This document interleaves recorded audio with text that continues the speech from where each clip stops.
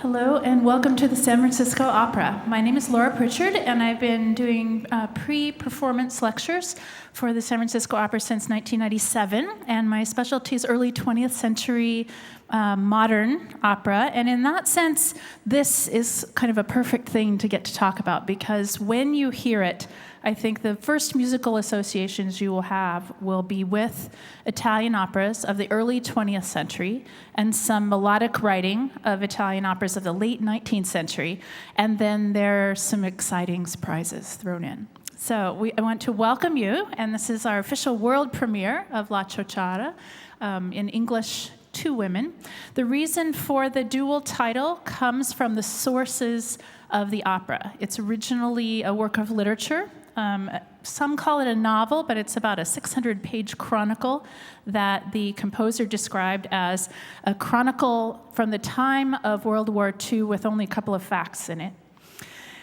And that story then was, of course, shortened and transformed into a film, around a 2-hour film that was one of the very first foreign language films to win Academy Awards for film overall and for acting. And that featured a woman who was sort of the wife of the director at the time, Sophia Loren.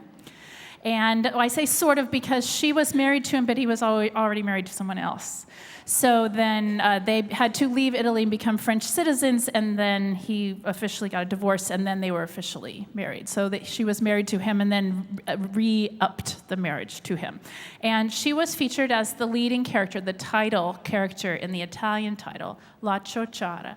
Now, Ciociara means, it ends with an A, it's a feminine word. It means a woman from a small mountain town called Ciociaria, and it is right outside of Rome. And if you know the geography of Rome at all, you know that if you think of the shape of the boot of Italy, and the boot of Italy is sort of kicking Sicily, the island, Rome is about halfway up the boot, and at the time that most of the famous Italian operas that you love and have heard before were written, Italy was not a unified country. It's just a very recent, almost a modern idea that all of Italy has been unified. For example, Donizetti, who wrote most of his, depends what you consider an official opera, but between 60 and 75 Donizetti operas written in the 1830s and 40s. Operas that you may love that are comic, like The Elixir of Love, serious operas that he wrote that were sort of the very beginning of Italian romantic opera, Lucia di Lammermoor, Anna Bolena. Those were written by Donizetti, northern Italian composer, in a time that a lot of northern Italy, what we now consider northern Italy, was overrun by French Napoleonic troops or overrun by Austrian troops. So right away in early romantic Italian opera, it's an important trope, it's an important repeated element to, at some point fairly early in Act One, to introduce soldiers.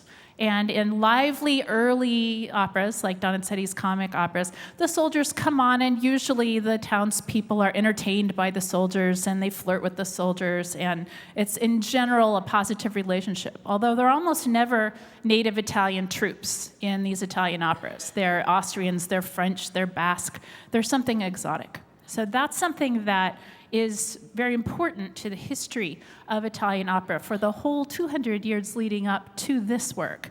And this is a piece that is not only based on that work of literature and then partly based on the film, but it's a work that really was kind of the brainchild of our conductor. And he had a chance to propose ideas for new commissions to our artistic director, and he said, let's commission a new opera in Italian. And San Francisco has a long tradition of even world premieres of early modern Italian operas, and certainly this house was founded originally to focus on Italian language dramas and comedy. And it's something that makes a lot of sense with our mission and with our history here.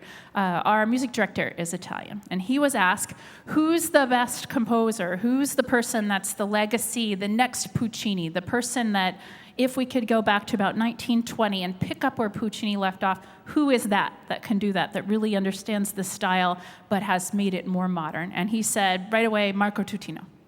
Marco Tutino is here with us tonight. He's been here with us for several weeks. He's been doing interviews.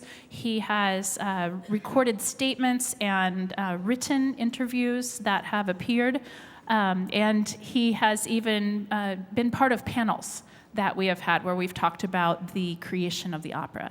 And one of the things that he says very often is something that our executive director, our artistic director, feels is important. And that is that in the middle of the 20th century, there were kind of two paths of the great masterworks of modern opera being written.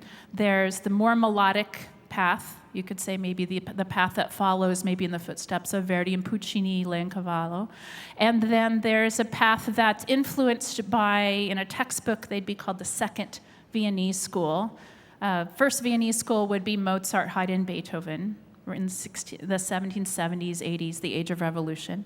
Second Viennese School would be 100 years later, late 1800s, early 1900s, new ideas in Vienna going on, and important transitions between very chromatic music, very decadent art, very sexy kind of art. I'm from a small farm town in Illinois, so it's the kind of art I wasn't allowed to see until college. And new techniques, both in music and in art. So reintroducing the woodcut and thick black lines in visual art. Reintroducing the idea of dissonance as something that doesn't become two notes that are crunched together and create tension and need to be resolved, but two notes that might be the theme themselves, that sit there and are a very close, almost squashed together sound. Arnold Schoenberg starts out in his career as a painter. He moves on to composition. He's a great lover, right at the turn of the last century, of the first Viennese school. He, throughout his career, taught Mozart and Haydn and Beethoven's music, but developed his own system that some call a 12-tone system. It's a kind of atonal approach to music, and you have all the 12 notes from in one octave, and you arrange them into different patterns. You have to play all the notes in order, depending on exactly how many rules you're following, before you can restate them. It makes it very difficult to write a stepwise hummable melody. Those tend to have repeated tones in them, and they tend to prefer usually 3 or 4 notes out of those 12. And that gives us a feeling of a home key that we're coming from and returning to. And then the more dissonant notes are used very sparingly, and that gives a sense of tension. And the Second Viennese School composers loved opera and drama, and they wrote operas. And people like Arnold Schoenberg, Alban Berg, Richard Strauss, these composers were writing in a sort of a second path, a different path. And in this country, a lot of those people ended up in our universities teaching composition in the late 1930s and the early 40s as a result of leaving Europe during World War II and surviving. Many of them ended up in California and mostly in Los Angeles. So the place the Second Viennese School really developed and moved on and continued and flourished was in the film industry. People like Erich Wolfgang von Korngold, that had been a little boy sitting in the premiere of Mahler's Eighth Symphony and then survived, and his family was on the last train out of Vienna before the Anschluss and came to Hollywood and ended up writing amazing film scores, including all the Robin Hood movies. That kind of stuff, with little short themes that represent characters and moods, and if I were in the movie, my bracelet would have a theme, and my outfit would have a theme, and what I ate for dinner would have a theme, and my emotional state would have a theme. That kind of stuff really has developed very aggressively in our film music. So if you're a fan of, for example, science fiction movies of the 70s and 80s, all the Star Wars movies are based on these principles. They have leitmotifs for all the characters, and they're not really based on long, sweeping melodies that slowly develop throughout a dramatic scene. Now, in the case of Marco Tutino, when you ask him, which side are you on? What do you like? What's the future of music? He says, there is no present. You shouldn't be hung up with trying to write music of the present. Just as soon as I said present, the present has already passed. We live in the past. We think about the past. We're full of stories. We remember the past. He feels like it's important to write music that's very connected to a tradition that's loved by opera goers, and to continue that, maybe stretch it, maybe modernize it in some ways, update it with current stories that are relevant to us in this century, and especially when possible, and this is important to our conductor as well, to bring, if you've got a modern story, to bring some element of truth to it. If you think about that original novel, that original kind of 600-page chronicle that I said, it has one or two facts in it. They wanted to take that story. It's very, very well known in Italy. I'm 45, so anybody my age or older has probably seen the La Tocciata movie 1, 2, 3 times. Some people know that very well as sort of a document of Italian historical culture. And they wanted to make it even more realistic and to try to present the drama in a way that would inform the audience more about what was really happening in Italy at the time. Now, as I've talked to people over the year about this opera and that we're doing it and that I'm doing the pre-concert lectures and they should buy a ticket to it first and that kind of thing, they all say, oh, isn't it depressing? Oh, there's going to be that thing in the second act and it's going to be difficult to watch. And if you've read the book or you've seen the movie, you know that the drama becomes more and more intense. We are doing this opera in 2 acts. 6 scenes total, and basically the stress and the tension and the violence increases until the 5th of the 6 scenes, and at that point, terrible things happen to the main characters. And our soprano, who has been a leading soprano in other operas of Marco Tutino and has premiered other new operatic roles, she was asked, as an Italian, do you feel depressed by this story? Do you feel like this is too much, it's too dark? And she said that she's really proud to be telling the story because it's true, and that it's important historically for her to be on the stage and to represent real characters and real things that happened to people her parents' age, her grandparents' age. And Marco Tutino's own grandfather was in the Italian army during World War II, and he was, when Italy became, what's a nice way to say it, decoupled from Germany, when they stopped being in the Axis, Germany came and invaded Italy. And many, many of the Italian soldiers were taken, including his own grandfather, up to various work camps and even concentration camps. And his grandfather was one of those. He has another relative who fought at the Battle of Monte Cassino. The Battle of Monte Cassino is a famous battle that at the time, 1943, 1944, it was a point in the center of the boot of Italy, south of Rome, and the Americans, with the aid of French troops and French colonial troops that were very badly behaved and had different rules of war, were trying to get past this point in a valley. There was a huge monastery on the hill above it called Monte Cassino, and at the time Americans thought it was full of German soldiers, but it turned out the German soldiers were hiding all in the hills and being more like guerrilla warfare shooters. So the Americans, in order to, after about 4 attempts to get past Monte Cassino, they bombed that monastery and completely destroyed it. And for Italy, it's very, very similar to 9/11. It's a huge historical site that was utterly leveled, and it was probably at that point the largest monastic library full of medieval documents in all of Italy. And what we didn't know until after they went up and it was mostly destroyed and they inspected it is that there really weren't that many soldiers in it. We didn't have to demolish that. So although in general there's this 2-year period that the Americans are coming up through the boot of Italy, they land in Sicily, they basically don't organize their attack very well, but the Germans decide to leave. So technically they win. The Germans leave. The Germans start to retreat up through the boot of Italy, and for a year we've chased them. When you talk to Italians my age and older, their general feeling is that Americans saved Italians because Italy had separated from Germany. Some people were trapped by Germans who were Italian soldiers. Some people deserted and didn't want to fight or help either side. They just wanted the war to be over. And some people joined with the Americans.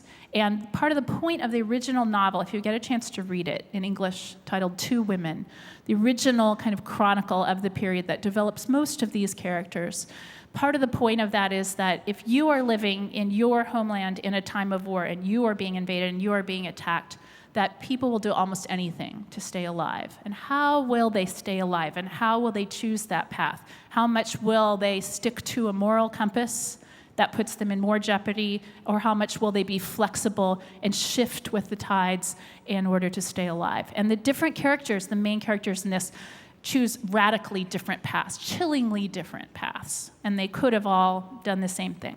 So let me say a few words about the story in general. The leading character is a soprano named Cesira.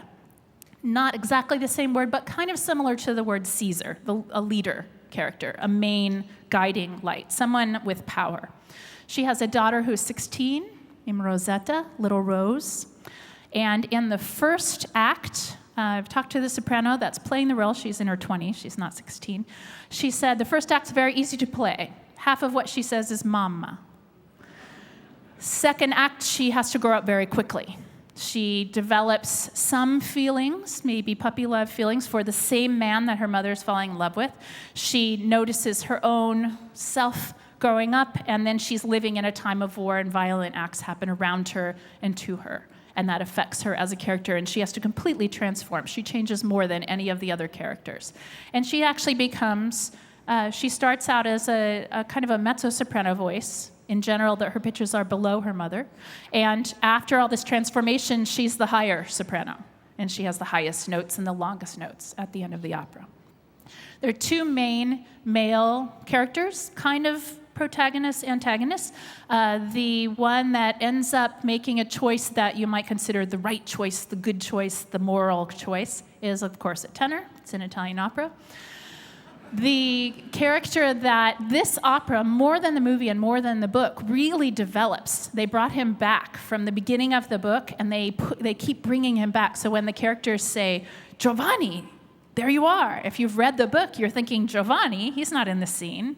Giovanni, why is he back again? And Giovanni, it becomes a dark force, and Giovanni is the most morally flexible, but he keeps himself alive. He allies with whoever he has to. In every one of the 6 scenes, he has a kind of a different direction. His moral compass easily allies to whatever will make him powerful and in charge of his own destiny. And so that character, which is very small, it's just really a truck driver at the beginning of the film, becomes a major moving force of the drama. And I think it's interesting, their names are Michele, sort of Michael, St. Michael, and Giovanni, John, St. John. And you're playing off these two characters, and the women are pulled between them in different ways. And women have different relationships to them. Now, this is not just all music by Marco Tutino. He has even another opera that's being premiered this summer, and this work is being co-commissioned by San Francisco Opera. We get to do the world premiere, and then it'll be heard in Torino. And Torino has a great legacy of both operatic commissions, some Verdi operas, some Puccini operas premiered there, like Bohème. And also the Winter Olympics were there. So the city in general is basically funded by very fancy Italian car companies. And so you don't see the fancy Italian cars in this. But there's a love of drama there and a love of the new in that city that has really helped us to propel this work forward and make it something that's very relevant to a modern audience. I mentioned Moravia's novel, La Ciociara. I want to say a few things about the music and play some examples. There are some short quotations from real folk songs in the first scene. And just to read the titles to get them correctly, Voglio canto così, fior d'amaranti is a traditional Roman song. It's in Roman dialect, not quite the same as English. As Italian. I grew up in southern Illinois, so it would be sort of like singing a folk song in a heavy Mid-South accent. If you were Italian, you'll understand it, but it will sound, to us, maybe it would sound sort of like Texan English.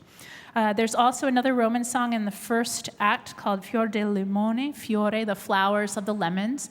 And that's to create a sense that you're really in Rome at the beginning. And they keep saying, we have to get out of Rome. We have to escape. Giovanni, you have to get us out of here. We want to go back to Ciociaria, go back to the hills and the mountains.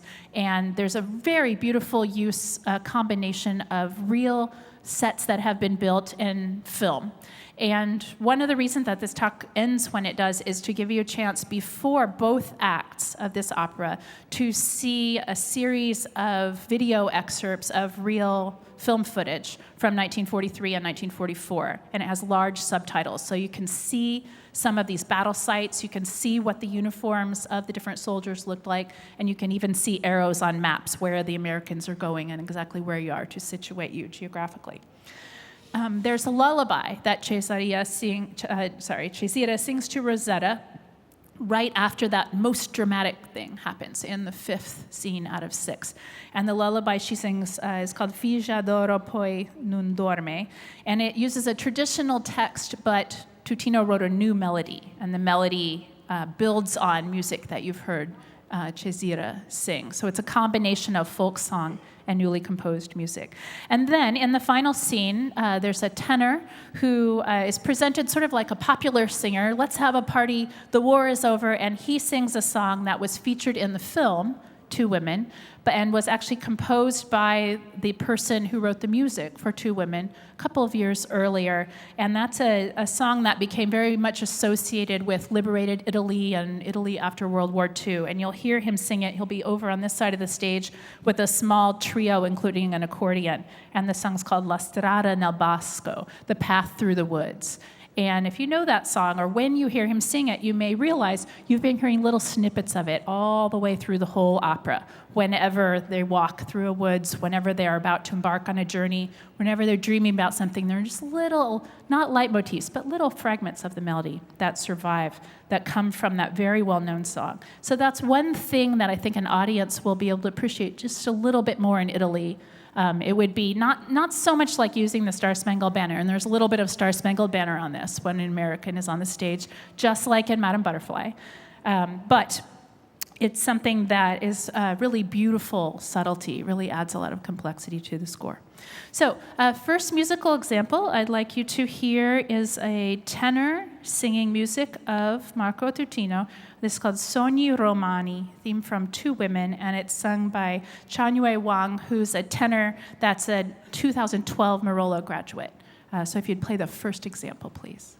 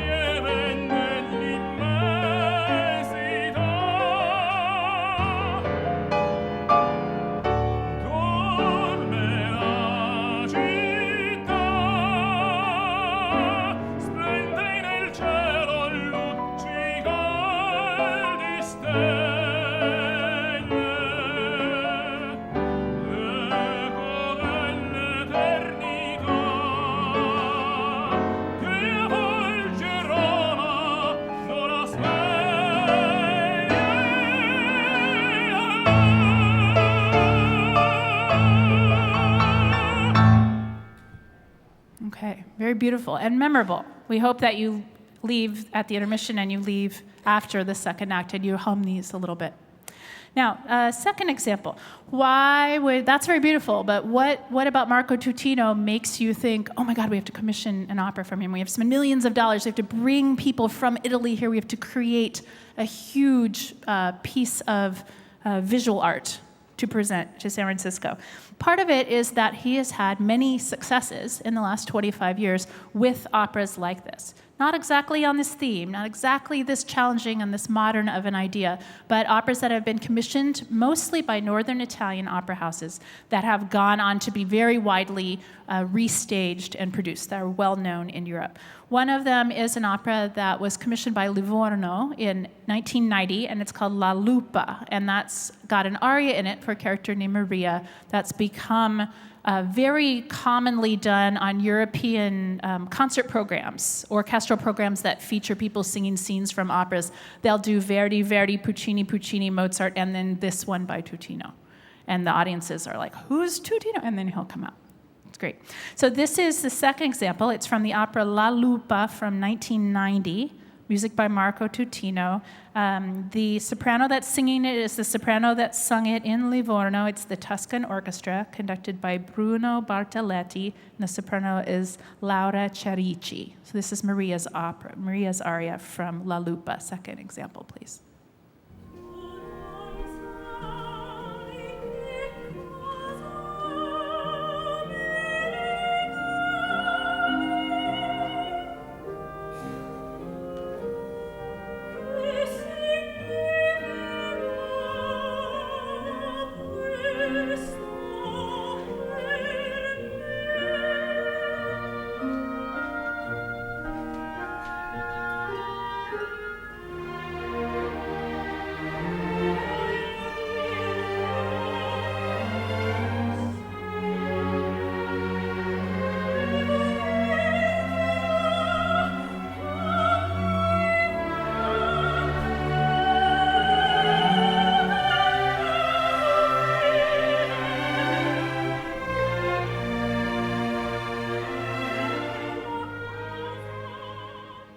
So one thing I hope you can hear in that is that the orchestra becomes almost an equal partner. It's almost like a duet, especially between the strings, and not just the high violins, but the strings almost creating a second human voice, helping to propel the melody, in that case, mostly upward. Like Puccini, it's very common to hear a musical phrase and then hear it up a half step or hear it up a whole step and have it move gradually in a direction, but not move through the old classical cycle of circle of fifths. You're not hearing G major and a lot of tension, a seventh note in the G major that has to go to C. It's more like Puccini, where it kind of organically moves up through a series of keys, and it creates tension and sort of opens more like petals of a flower, and creates a rise and a kind of a climax of phrase in the same way that was common in the early 20th century. I'd like you to hear a last example, and this is from one of Marco Tutino's most recent operas. It's an opera called Vita, and it was commissioned and premiered to great international acclaim at La Scala in Milan. Vita is an Italian opera that's based on the English play by Margaret Edson called Wit. And some of you may have read that play or seen the film that was made in 2001 starring Emma Thompson. So it's an Italian opera based on that same story. And it was written as really kind of a virtuoso showpiece to feature the same soprano who is playing Cesira tonight. So I wanted to let you hear a little bit of her voice in a piece that he wrote for her. He started writing it in 2003. So this music's about 10 years old at this point, and it created the partnership between our composer and our soprano. This is the last example. It's Vita's main aria from the play, the opera Vita, and Anna Caterina Antonacci is singing. Third example, please.